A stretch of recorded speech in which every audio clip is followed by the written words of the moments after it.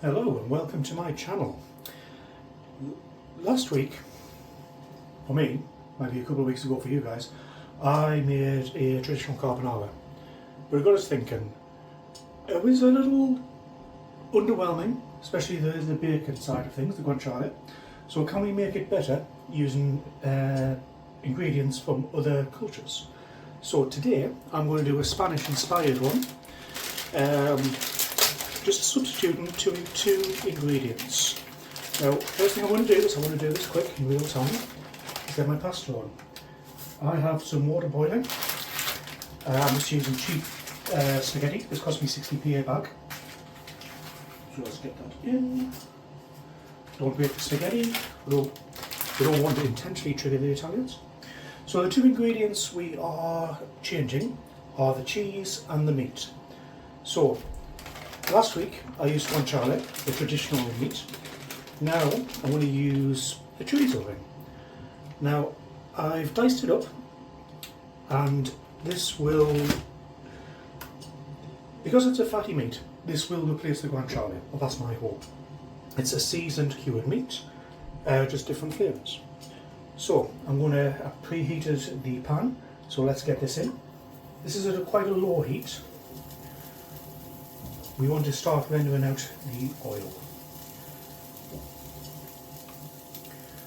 So I want as much oil out as I can, and then I'm going to crisp off whatever's left.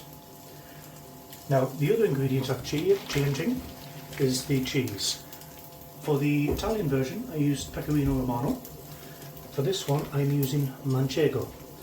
Now Manchego, I believe, is a sheep cheese? Sheep's milk, yes. So it's quite a, it's not as hard, it's got a bit of give in it, I don't know if you can see the squeeze.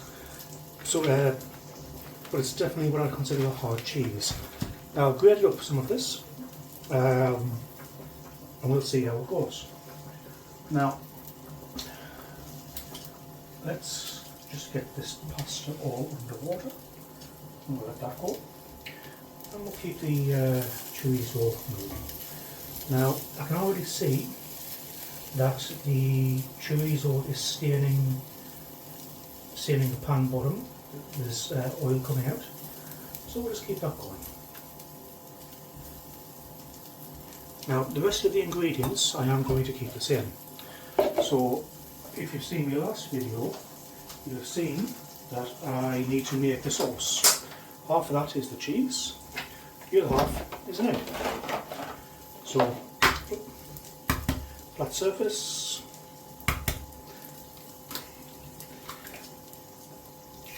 worst egg crack, but it is cracked.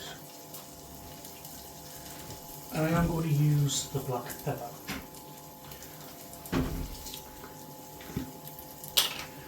So I'm going to use a decent amount of this, because I do like black pepper.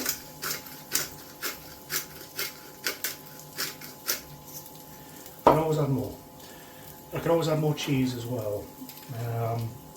That's something I perhaps should have done last week, was add more cheese. There we go. Keep that going.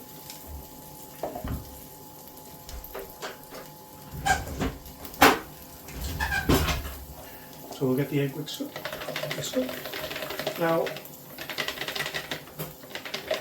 some of the fancier chefs will use either just egg yolk, or they'll use a full egg plus an egg yolk. I genuinely don't think that that is needed. I just think it's a hassle. It's a skill I've also not learned.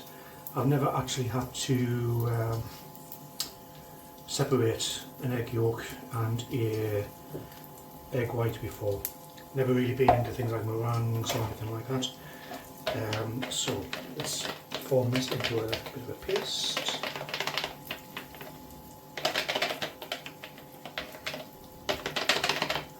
Yeah, that's quite thick.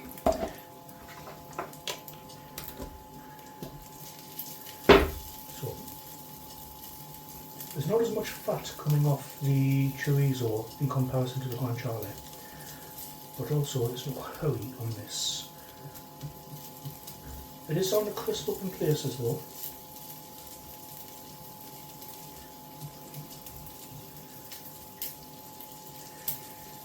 This is what the kind of experiment is all about. Now, it may come to the point where I need to add additional oil. I guess olive oil, or extra virgin olive oil, would be the desired kind of legit oil, but I don't have that. But I do have some cold pressed rapeseed oil. Hopefully I won't need that. It's just there should I need it. So I've been considering cooking methods and traditional methods as can we take these methods and put new twists on them. Now I dare say this has been done before, this isn't super inventive, but I've got a few ideas for other cultures where it could work. Because all you need is some sort of cured meat plus some kind of hard cheese. And most cultures, Western cultures certainly, do have these things. So what we'll do is I'm going to let this cook and I will basically edit this part out because there's only so much I can talk about. I will let you know if I've had to add any additional oil. One thing I will say is that that cheese is not as salty as the Pecorino Romano. So in my last video I didn't salt the water for the pasta. This time I have, just to slightly compensate for that. Okay, so we'll bring you back soon. Okay, we are back. Alright, so you can see there's quite a bit of oil coming off here. I have taken some of the chorizo out already. I want to use that as topping. It is, I should have said this, but I did take the skin off the chorizo before I diced it up fine. So what we'll do is we'll take the heat off. And we'll give it a minute. I'm also going to take the heat off the pasta. That is as hot as we want it. As it's done as we want it. It's still slightly al dente, I would say. But I do want this to cool very, very slightly.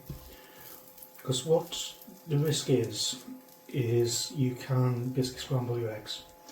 I don't want that. So I'm going to use the same method as previously. Oh, crap. Slapped myself in the face with boiling hot water and on.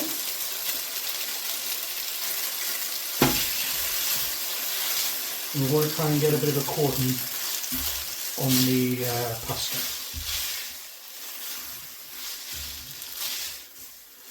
So also dry it out slightly, because you want some pasta water in, not too much.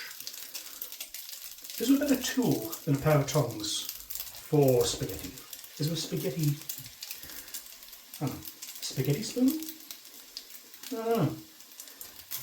You know, before I started doing these videos I hardly ever did spaghetti.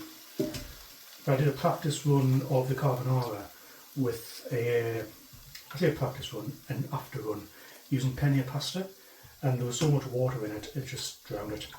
So I can see why spaghetti or tagliatelle is the desired, shall I say, pasta for carbonara. Okay, so now we need to be quick. We're going to get the cheese and egg mixture in, and we're going to let the residual heat cook this through. So I'm going to get it spread out first, and then we're going to add the pasta, so a little bit of the pasta water. So with this pan, I'm using quite a large pan here. It's hot in the middle, but quite cold around the edges. Just a little thing I felt was good for this. So you can spread out the heat, you can take things off the heat and so on. It was better than using a single pan. Now, bloody hell, I can smell this. Right, you can see that hopefully that's formed a sauce rather than scrambling the eggs. So I'm just going to run a bit of water through it. I'm going to add just a touch more. It smells very cheesy here. It almost smells like Parmesan. Weird. Yeah, okay. And effectively, this is done. So what I'll do, I'll plate it up, take me pictures, and we'll give it a go. Hello and welcome back. So here we have our final dish, the Spanish-inspired carbonara.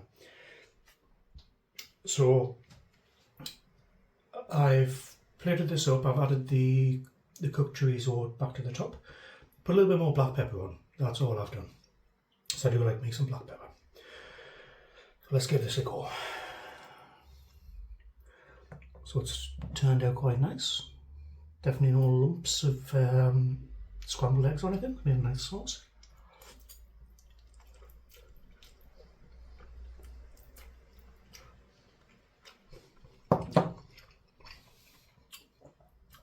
Very cheesy. Obviously, that's down to how much you put in. But the chorizo definitely adds a new element. The smokiness, because there's already a heat, if you will, from the black pepper. Because I had the option of getting spicy or regular chorizo, and I went for the regular because I wanted the heat to be carried by the black pepper. Let's give it a second go.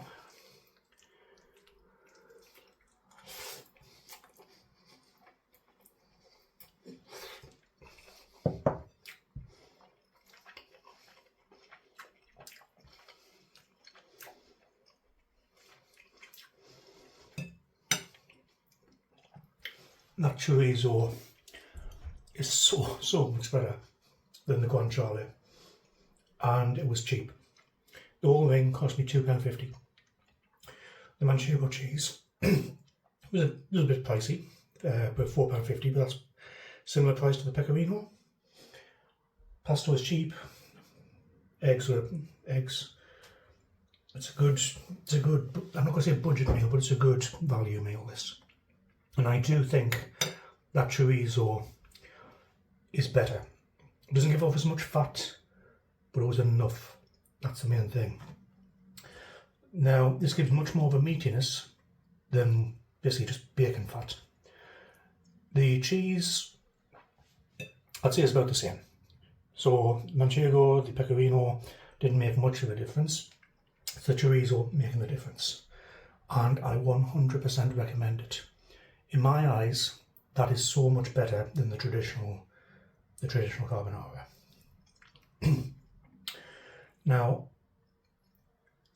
like I say, I know this probably isn't original. I haven't exactly researched this as a recipe. It's just what came into my head. I've got a few other ideas for alternatives of this. I actually had different cheeses in my hand, but I don't want to make myself sick of these things, so I'll do it in a couple of weeks. Different cheeses that'll have much more of an effect on the flavour, but it also might have more of an effect on the texture, so it might not work. But that's the whole point of these experiments. So to sum up, try this. If you like carbonara, you'll like this, unless you don't like chorizo for some reason. And sorry Italians, but the Spanish ingredients are better. If you disagree, well, tough, unfortunately. You can prove us wrong if you want, but unless you try it, you can't really mock it. So thanks for joining us. Please like, subscribe, follow the channel, and I welcome your comments, and I'll see you next time. Thank you.